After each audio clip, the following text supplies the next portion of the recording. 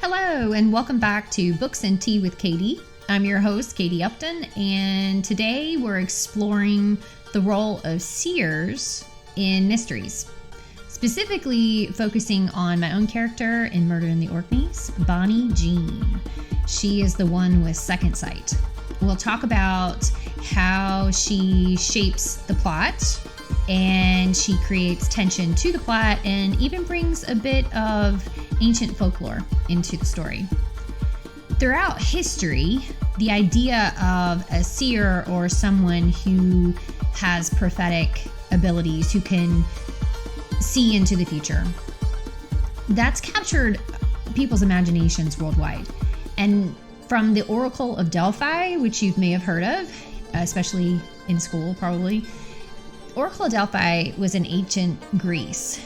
And then we also have someone by the name of Nostradamus, which goes without saying, most people have heard about him in the Renaissance. And even in modern day, the 20th century mystic Edgar Cayce.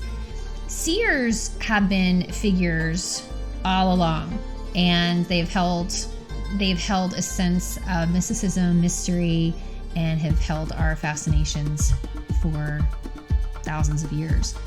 We'll explore today why these people and these characters resonate so deeply in both fiction but also in real life.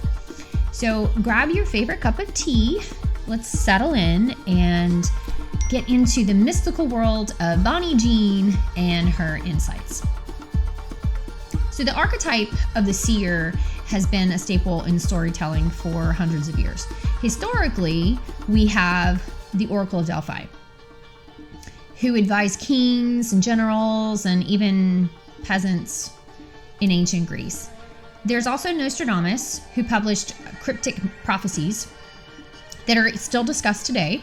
And then, of course, Edgar Cayce, often called the sleeping prophet, because he had an unusual method of making predictions while in a trance. Like, he'd go to sleep and then he would speak about health issues and how to cure them, and even events that would happen in the future.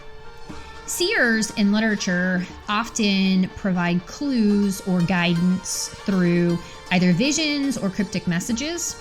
And this, of course, adds a layer of suspense and anticipation. And in Murder in the Orkneys, Bonnie Jean is the woman with second sight who becomes essentially a guide for Daisy Day, who is the main protagonist in the series. Daisy is an anthropologist, so she's rooted in science. She finds herself, though, plucked from the science background and plunged into the unknown world where she has these encounters with otherworldly beings. And it starts with Bonnie Jean. The tension between Daisy's logical mind and, of course, Bonnie Jean's mystical insights, her second sight, does create a dynamic that it seems to resonate with people. At least that's what I've heard. Let's talk more about Bonnie Jean, though. In Murder in the Orkneys, she isn't simply a supporting character. She's what I'd like to call a catalyst, which is scientific, I know, tongue-in-cheek. But Bonnie Jean, she's a mysterious figure, and she often appears kind of unexpectedly. And she doesn't appear very much. But when she does, it's important. And most of the time she's delivering cryptic messages. And it freaks Daisy out a little bit. It makes her uncomfortable because it's almost like you're watching a horror movie, and you know something is coming up and you kind of get tingles and prickly feelings. You're like, oh no, something bad's about to happen right before it happens. It's kind of like that. But Bonnie comes with messages that only make sense later on in the plot. And at the time, she does tell Daisy something, and I won't go into plot spoilers, but she does tell Daisy something that really strikes her as, oh wow, how did she know that? She couldn't possibly know that. But Bonnie gains an aura of kind of mystical otherworldliness, as if she's part of this ancient Orkney landscape of folklore and mythology. Like the famous seers from history, Bonnie Jean speaks in riddles and hints, She's not going to necessarily solve the mystery for Daisy, but she kind of nudges her in the right direction. And this keeps the reader, and of course Daisy herself, constantly guessing. And this, of course, adds to suspense. Bonnie Jean's insights help Daisy connect with the island's folklore, and then it bridges her modern scientific perspective with the island's mystical traditions. So why is Bonnie Jean so important to the story? Could we take Bonnie Jean out of the story and it still work? Not really. I think Bonnie Jean adds so much, and I want to explore more in more of the stories, more of the books, the future books. I want to include Bonnie Jean, and who knows, maybe I'll have a series just on Bonnie Jean alone, on her younger years. I like to do that. But could I take her out of the story? I don't think so. I think she adds such an element, and she is that catalyst. She starts Daisy's introduction into this otherworldliness that without Bonnie Jean, it's just not there, and it wouldn't make much sense. Because number one, it does add to the suspense, like I said, but she offers foreboding. Each time she does appear, something significant is about to happen, and thus raising the stakes and heightens this atmosphere with her presence. Bonnie Jean also serves as this cultural link to the Orkney Islands' ancient heritage. The islands have a rich history of folklore and legends, and Bonnie embodies that cultural memory. She represents this worldview in which the past is still alive, she feels, filled with spirits, ghosts, unseen forces, and knowledge that's beyond the physical realm, knowledge that's beyond really the scientific realm. I know we have I watched those ghost hunter that ghost hunter show, at least Kindred Spirits and some of the other ones. And I do believe in ghosts. I've mentioned that before. And we do have EVP recordings, so you can listen, and you may not be able to hear it while you're recording, but then you replay the audio and you can hear voices or something like that. So we do have some ways that we can quote connect or listen in, but we really don't have the scientific ability to see across the veil, let's just say. At least not now. At least not that we're aware of. But in this way, Bonnie connects Daisy, and of course the reader, to the land's deeper heritage, the folklore, and reminds us that there's always more than meets the eye. But much like the Oracle of Delphi's prophecies or Nostradamus's verses, Bonnie Jean's riddles force Daisy to think deeply and, of course, force her to piece things together pretty quickly. This approach adds tension, but it also enriches this mystery that I'm writing and making it feel larger than a straightforward whodunit. A central theme introduced by Bonnie Jean is the question of knowledge and trust. Bonnie Jean's second sight, I think, challenges Daisy's rational and scientific view of the world. Initially, Daisy's skeptical. She's just skeptical of these visions. It's just coincidence. But over time, she begins to see the value in Bonnie Jean's guidance. She starts to trust in it. This theme is common in stories featuring seers. Consider the Oracle of Delphi. Her prophecies were famously open to interpretation, and it did require those who received those interpretations to rely on them by both faith and wisdom. So just to fill you in about this, if you're not really familiar, the Oracle of Delphi is one of the most famous figures in ancient mythology and history. She is associated with Apollo, which is the Greek god of prophecy, healing, and music, I believe. Located at the Temple of Apollo in Delphi, Greece, this oracle was actually known as a high priestess, and they eventually called her the Pythia. She served as Apollo's mouthpiece to the human world. She, in her trances, and I'm not really sure how, I don't know if it was, again, something that she ingested or if there were any kind of fumes or gases that she breathed in. But anyway, she went into a trance-like state. and then delivered cryptic prophecies to those who sought her out. The oracle was consulted, again, I've mentioned this before, by everyone pretty much that could, from peasants to kings. They were just seeking guidance on matters ranging from political decisions, famine, who to get married to, wars, like who to fight or who not to fight, the outcomes of wars. People believed her words held this divine truth because she was speaking for Apollo, and her influence stretched not only through the Greek world but worldwide. And this, of course, impacted major historical events, because if you're going and asking her, should I fight so-and-so? And she says no, then that would change historical events if they wouldn't have had that and they would have gone and fought. So it did. It shaped our history. But there are other notable seers. And so outside of the Oracle of Delphi, we have, I believe you say it, Croesus of Lydia. King Croesus was known for his wealth. He consulted, as far as the Oracle of Delphi, I'm going on to that one. He consulted the Oracle of Delphi before waging a war against Persia. So she told him, if you go to war, you will destroy a great empire. And he took this to mean that he would win, but he misinterpreted it. And he attacked Persia, and his own empire fell, though, not Persia. So it was this tragic misinterpretation. It demonstrates, though, that a lot of these prophecies are ambiguous. So you can kind of read into them one way or the other. Another instance of the Oracle of Delphi was the Battle of Salamis. I don't know if I'm saying that correctly, but before Greece had city-states, they faced a Persian invasion led by Seers. They too consulted the Oracle of Delphi, who apparently said something like, only a wooden wall will keep you safe.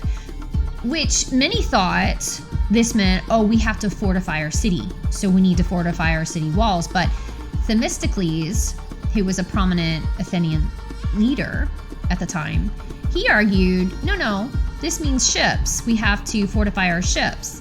So they did. The Greeks ultimately fortified their navy, and this actually led to the victory at the Battle of Salamis, which was a turning point in the Greco-Persian Wars. And apparently that only lasted 12 hours. So he interpreted it correctly, but there were two ways to interpret that. So again, very ambiguous. And then the third one, which I think almost everybody knows about, which is the Oedipus. Okay, so in the myth of Oedipus, his parents consulted the oracle, who then prophesied that their son would grow up to kill his father and marry his mother. In an attempt to avoid this, they abandon Oedipus as a baby, and then he grows up only to basically murder his father and marry his mother. So he fulfilled the prophecy, basically showing that it's inescapable to the nature of fate in Greek mythology is inescapable. So the oracle's words carried immense power, and her ambiguous prophecies encouraged interpretation, but they needed introspection. You had to really think about it. And to the ancient Greeks, she symbolized mystery, but sometimes there was a lot of peril involved, even with the wisdom from the gods. So the Oracle of Delphi endures today, though, as a figure connecting human actions with divine will, and of course reminding us that the ancient belief that fate, destiny, and the gods' will are often woven together in such a way that even the wisest of people struggle to understand. So we could obviously interpret it the wrong way and then die or lose a battle or lose our home or whatever.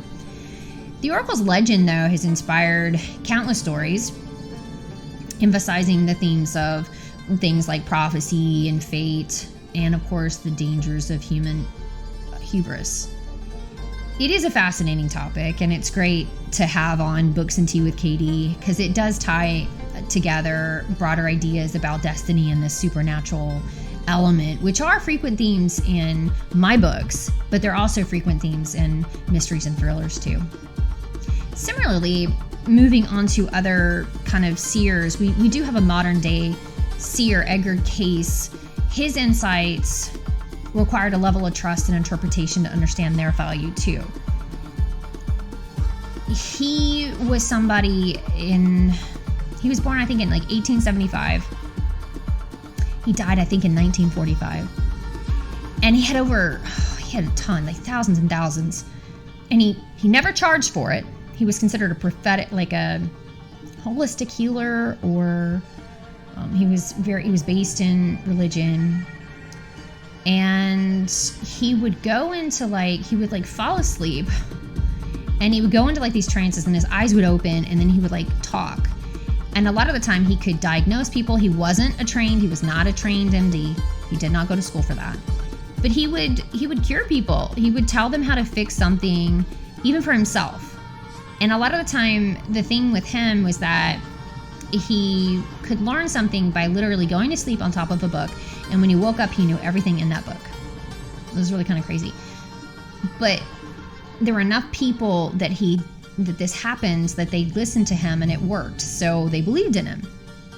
And he did predict. He predicted World War II. He predicted the Great Depression. So, I mean, there are instances there where people go, this is more than coincidence. So they did believe him. So there's another person, and that's more modern day. He also apparently predicted his own demise. So they said it was January 1st, 1945, he predicted that he would die in 2 days' time, and then he did. So, of a stroke. So it wasn't like he took something to make it happen or whatever, but, so I don't know. I mean, are there people that are more in touch with the other side? Are there people that have mystic guides? I like to think so. Now, we could argue this until the sun goes down, the cows come home, but I don't know. What do you think? What do you think? Do you believe in that? If you do, let me know. Send me an email, get into contact with me. I'd like to know what you think. But back to the books, and in Murdering the Orkneys, Daisy's journey has the same kind of tension between, do I believe this? Skepticism. And then, yeah, I think I do. And this trust. She trusts Bonnie Jean. She ends up trusting her. And it does illustrate how mystery books and these stories can push us to accept something, that not everything in life has this logical explanation. Bonnie Jean also serves as a cultural symbol in this story. Her character is deeply rooted in Orkneys folklore, which does have a long-standing tradition of belief in second sight, although in their culture it's more of a burden and a curse than the Scandinavian culture, which the seer is revered because they can peer into the unknown. Her presence reminds Daisy, and of course the readers, of this history and of supernatural legends that permeate the Orkney Islands off of Scotland.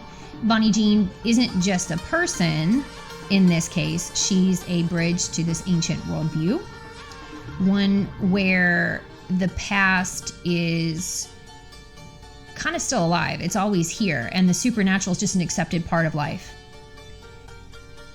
Like Nostradamus, who was rumored to be in touch with forces beyond the veil, forces beyond this world, Bonnie Jean draws from this ancient knowledge of the Orkney Islands that makes her feel timeless, and she is essential to the story. Seers like Bonnie Jean do add this mystical dimension to the genre, and by introducing characters who operate beyond these scientific and logical boundaries, writers then are given a kind of a license to create richer and more layered stories, which I of course love. I can't write something generally. I mean, I can. I just really I find that if I just allow myself to write, I write in paranormal or I write in supernatural. I just really love it.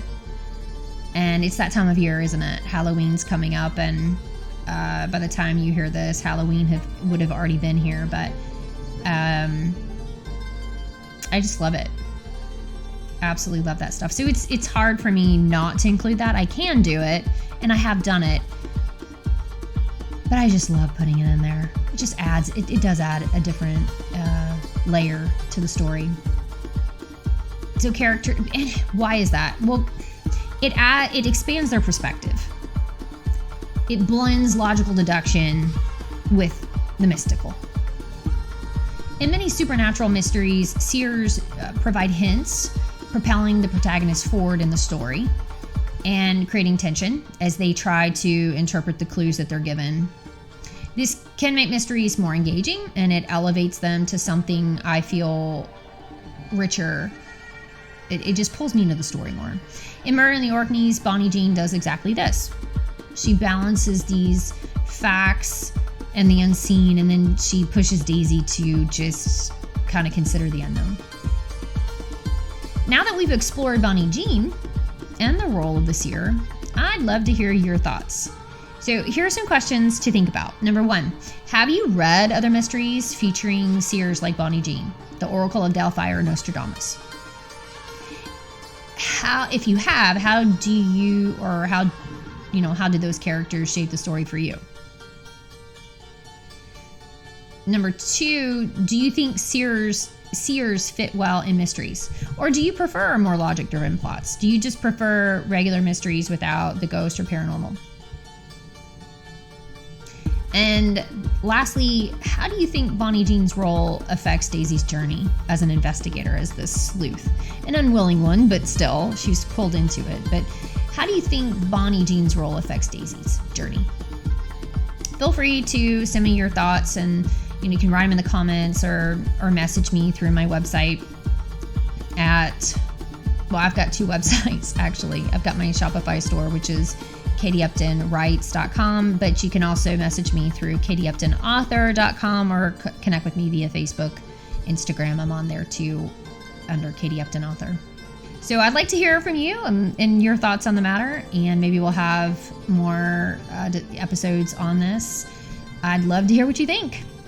So thank you for joining me today on Books and Tea with Katie. We've looked at how the character of the seer enriches mysteries, from the historical figures like the Oracle of Delphi, Nostradamus, to Bonnie Jean and Murder in the Orkneys. I do hope this episode has given you some new insights, at least to think about, into the appeal of these mysterious figures. But stay tuned for our next episode.